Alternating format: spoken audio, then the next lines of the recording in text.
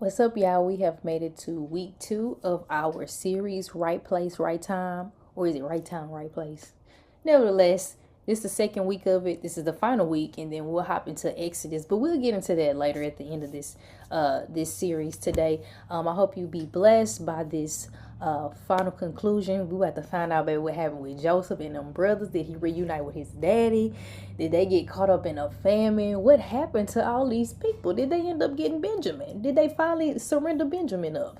So we're going to find all that out. And we're also going to be encouraged by this word today. So be blessed. Be sure to subscribe to the channel if you haven't already done so. If you want to be a part of this community, if you want to be a part of like-minded believers, join us on our group me. But first of all, to do all of that, visit www.christianthedirector.com and head over to that left on red tab. And while you're there, if you need mentorship, be sure to fill out that form. My assistant Tierra will get with you.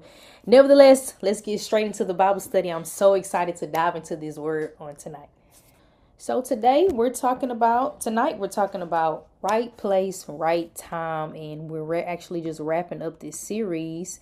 So we studied the whole 37 through 50. Well, last week we did 37 through 42. Tonight we're going to do 43 through 50. I am not reading all these scriptures, but I am just giving a few. So if you want to go back and read on your own time, that's where we're going to be. But right now we're starting off in Genesis 50 and 20. This is a very familiar passage. A lot of people use this. A lot of preachers use this scripture as a good reference point for whatever they have to preach. But tonight it's going to tie all in, especially when we get to the end of this sermon series, Right Place, Right Time. So the Message Bible, the NIV, is really, this scripture is pretty much the same. KJV is kind of different, but I'm going to read what I have. It says, "You intended to harm me, but God intended it for good, to be accomplished what is now being done, the saving of many lives." In the KJV version, it says, "But as for you, ye thought evil against me, but God meant it unto good, to bring it to pass, as it is the day, to save much people alive." All right. Okay, we're going to go to Genesis 43, 1 and 2. I'm just going to skim through these scriptures and we're going to hop right into it. 43 says, "Now the famine was still severe in the land. So when they had eaten all the grain, had brought it from Egypt, their father said to them," we talking about Joseph's father, which is Jacob, "Go back and buy us a little more food." So the father basically ordered that they go get more food because by this time, the other brother is still held captive, and they never exchanged him for Benjamin. And that's really who Joseph wanted. Joseph is Benjamin's full brother, and he wanted to see his brother. But remember, they don't know they don't know that's Joseph. They don't know that's who they sent away, right? So in 7 they replied, "The man questioned us closely about ourselves, and our family is your father still living?" He asked us, do you have another brother?" We simply answered his questions. How were we to know? How were we to know? We would say, "Bring your brother down here." So let me stop sharing my screen real quick. So Joseph, this guy, my guy, he was very slick. He was very strategic. He didn't want to give too much of himself away, because mind you, like, you supposed to be my brothers and y'all betrayed me, so I gotta feel y'all out. Like, I'm not about to just give myself away. I'm not so you can use me, like the song say. But he wanted to be strategic about what information he was getting from them. And because he basically, like I said, he basically was the vice president at this point. So of course they gonna look up to him as he is this big king or something like that. And they felt the way, like, okay, we don't want to ruffle his feathers too much.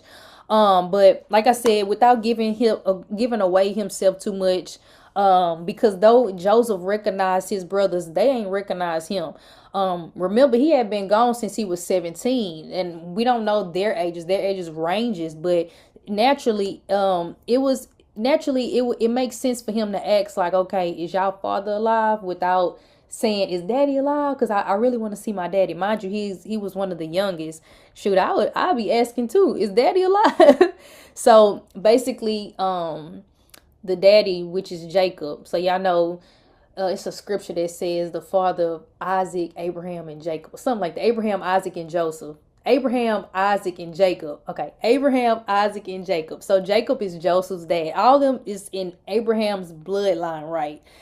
God said he'll make many nations out of Abraham, and that's what he's been doing, right? So the daddy told the brothers, you got to come with gifts and return any money that Joseph gave y'all, because Joseph had gave them double when they was heading back. When they didn't know till later on. So their dad said, give it back to him in double.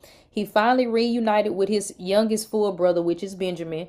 And y'all know Joseph, he's so in tune with his emotions, which is good. He had to go like duck away, and he had to go cry, because like, okay, whoo. I'm sure he was like overwhelmed. He was overwhelmed with happiness. He was excited, like, oh God, they didn't do nothing to my little brother like they did to me. Y'all know in the first half we was talking about how they was talking about him. They really wanted to kill him, but they ended up putting him in a well. Then they sold their own brother.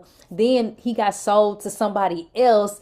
Then he got accused of I don't want to say rape, but he got accused of, doing something with the king's wife.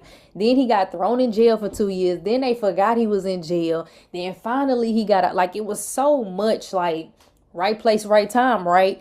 So we gonna really see, okay, how is this really the right place and the right time if he going through all this? And sometimes we'll feel like this, God, how am I really correlating and can relate to Joseph's story? How is it that I'm in the right place in the right time if I'm going through all this stuff with your health, stuff with your job, stuff with your friends and your family? It's always some BS, something with your car, your kids acting crazy, you don't have food, your bills is due, your car probably got repo. How is this right place, right time, right? But God knows all.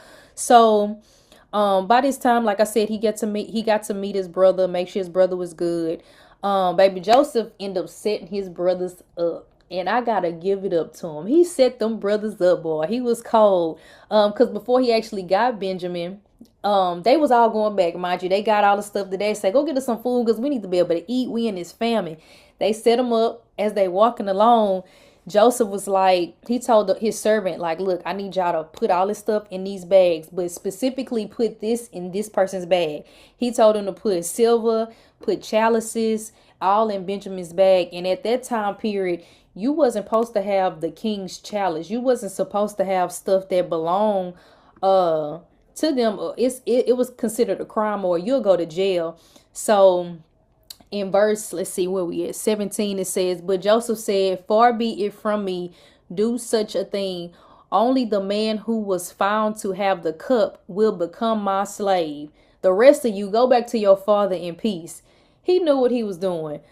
So the brothers at this point, y'all, they about to lose their mind, because their father specifically wanted Benjamin to what? Not go. He didn't want that brother to go. He already lost his full-blooded son Joseph, and now the full-blooded Benjamin, he about to go. Y'all know all the other brothers, they was half brothers basically to Joseph and Benjamin. So he like, God dang, now I done lost Joseph, now I done lost Benjamin at this point. So now the brothers, they fearing that their dad is pretty much good as dead, because once they return with the news that the second son of Joseph's bloodline is gone, the daddy had been saying in the scripture, if you read, he feel like he grieving so bad that he's gonna die from heartache, right? 45, it says, then Joseph could no longer control himself before all his attendants, and he cried out, have everyone leave my presence. So there was no one with Joseph when he made himself known to his brothers. And he wept so loudly that the Egyptians heard him, and Pharaoh's household heard about it. Joseph said to his brothers, I am Joseph. Is my father still living? But his brothers were not able to answer him, because they were terrified of his presence. Then Joseph said to his brothers, come close to me. When they had done so, he said, I am your brother Joseph, the one you sold to Egypt. Ain't that crazy, right? So in 5 it says, and now do not be distressed. Do not be angry with yourselves for selling me here, because it was to save the lives that God sent me ahead of you. And last verse 6, for those 2 years, now there has been a famine in the land. And for the next 5 years, there will be no plowing, no reaping. But God sent me ahead of you to preserve for you a remnant on earth, and to save your lives, to be a great deliverance, right? Joseph breaking it down to he ended up revealing himself to him, saying, look, this is who I am. I ain't playing with y'all. Like, this is what's up. Even though what the devil meant for evil, God really meant it for good. So though y'all thought y'all was doing something like, oh yeah, we about to get him out of here. Nah, y'all really did me a favor by really like doing this to me. The same with our situation. You really did me a favor by talking down on me.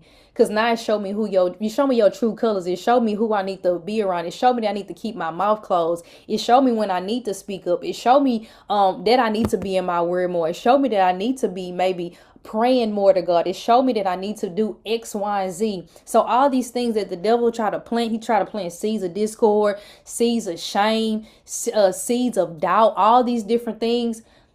Kudos to you, devil. Thank you, because now you're pushing me into my purpose. Now you're pushing me into my destiny. Now you're showing me, okay, now I'm being aligned with what God got for me. Now you're really opening my eyes so I could see the blueprint. Because all these people that I really thought was on my side, now they really not. But thank y'all. Kudos to y'all. Thank y'all for being my enemies. Thank y'all for being in my footstool. Thank y'all for being right there to really push me and lift me up. Thank you for being at the bottom of my feet, haters, so y'all can push me to where I need to go, right? So long story short, baby, Joseph and his brothers, they head back down to where they from, and he run. And God appears to Jacob, their dad, in the dream. Baby, don't be afraid, but head on to Egypt, because I got some plans for y'all bloodline, right? So, baby, they packed up that entire family, the children, the grandchildren. Joseph, pretty much, he was reunited with everyone. So, because of Joseph's sacrifice that he made by being in the right place at the right time, he ended up setting up his bloodline for life. Joseph could have easily complained about, man, these people did me so dirty. Joseph could have flipped the script and became one of those bitter people. He could have became one of those evil people, but instead he was able to translate people's dreams. He was able to help those people. Once he got out, he was able to turn this 7-year famine, and if you read the rest of the scripture, the 7-year famine, he was able to help everybody in that land sustain and still be able to eat, right? And so I love that for him, because he really could have been a bitter Nancy. He could have been a Karen at the end of the day. So yeah, like I said, he got all the food, he got all the land, he got all the cattle, he got everything that he needed to survive this famine. So like I've been saying this whole time, what the devil thought he was going to do, he thought he was going to kill Joseph. Thought it was going to work, but it ain't going to work. Then it created isolation for him to lose his mind. That ain't work. The enemy planned to take out his father. He planned to take out his daddy from grief, from losing more sons. That ain't work. The devil, it was more than just about, the picture was bigger than Joseph. It never was about Joseph at the end of the day. It was about these people that lived in Egypt that needed God's help. They needed God at the end of the day. But it took that one man to be sacrificed, just like Jesus was sacrificed. Joseph had to be sacrificed by his own bloodline just so he can save all of Egypt, just so he can help people with their dreams and help people be able to eat and have somewhere to live throughout this famine. And not only that, his own daddy, he saved his daddy, and his daddy was able to live longer and do what he needed to do. Even though he was dealing with grief, he was able to see his dad at the end of it all, right? But baby, like I said, that plan ain't work. He ain't died from grief. The Lord allowed for all of them to come together, and he was able to watch his father take his last breath. And when I read that, I was like, man, it's like a little Netflix movie. Like, it seems so, if you read it in the Message Bible, it just seems so animated. Like, he got to watch his daddy take his last breath. It was so cinematic to me when I was reading it, because I'm in the movies. And he was praying over his 2 grandsons. And he was like, y'all gonna be blessed. Y'all gonna be set. And then he started reading out his other sons. I'm like, ooh, I don't think he really liked his other sons like that. But he was blessing them too. But he was really just making sure everyone was good. So I'm almost done, y'all. So Joseph is a perfect example. Joseph is the perfect example of what it looks like to move accordingly in seasons that seem like it's not equipped for us. He is the perfect example of moving in seasons that it seems like we don't belong in. He is the perfect example of what it looks like to be in seasons that we don't deserve to be in. it's even seasons that it seems like that don't fit in our own plans. Like, y'all know it's never my plan to be out here, but it's for the greater good. It's never about you. Everything that you're going through is never about you. It's not about you. Of course, you're going to be blessed along the way, but it's not about you. So what the devil meant for evil, God will always turn it around for good, whether it's your fault or not.